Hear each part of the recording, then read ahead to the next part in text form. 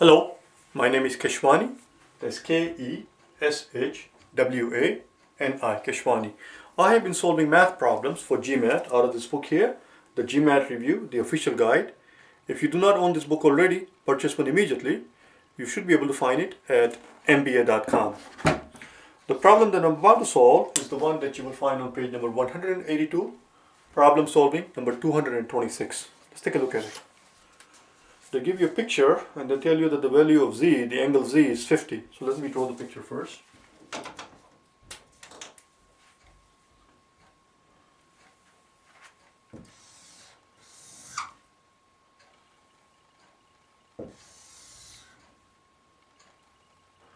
This is z, and we are told that z equals 50.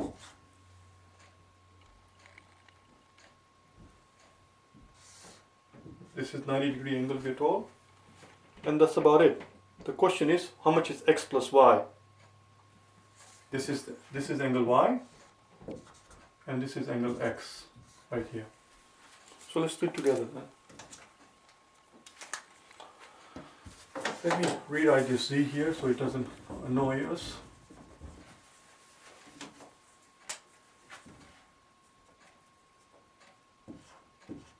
This angle is 50.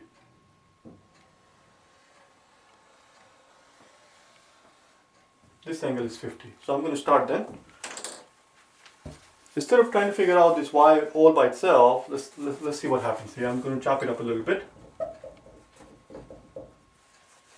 I'm going to chop it up. So now we know that this angle is 90 because I just drew a parallel line to this one. The question is, how much is this angle? Well, that should be very easy because this is 90. Since this angle is 90 degrees, this is 50. These two have to add up to 90 because this is 90 and the sum of the three angles has to be 180. Since this is 90, these two have to add up to 90 also. Since the top angle is 50, this bottom part has to be 40.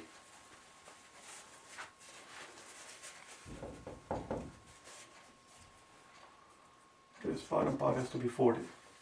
And therefore, let me change the color.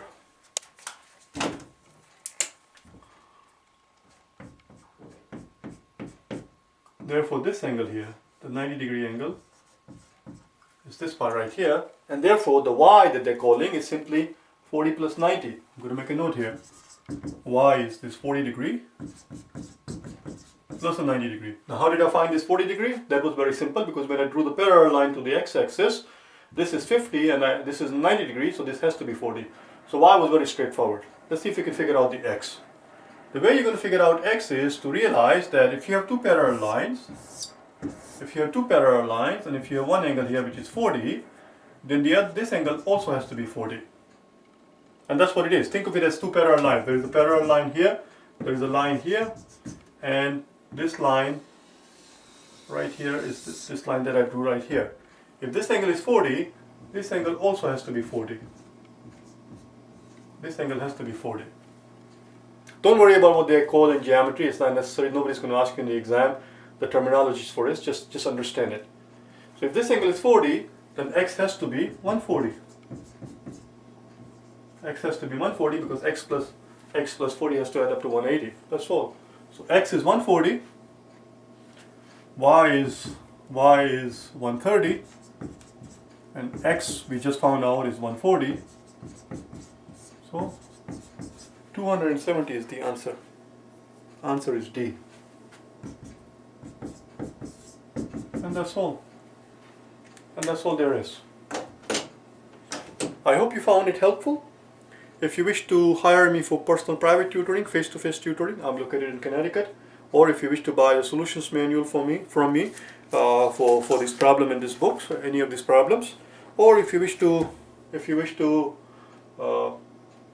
buy my DVDs where I show you the solutions to all the problems on DVDs, in any of those scenarios, if you wish to get hold of me, go to my website at www.for4gmat.com and send me an email. Alright?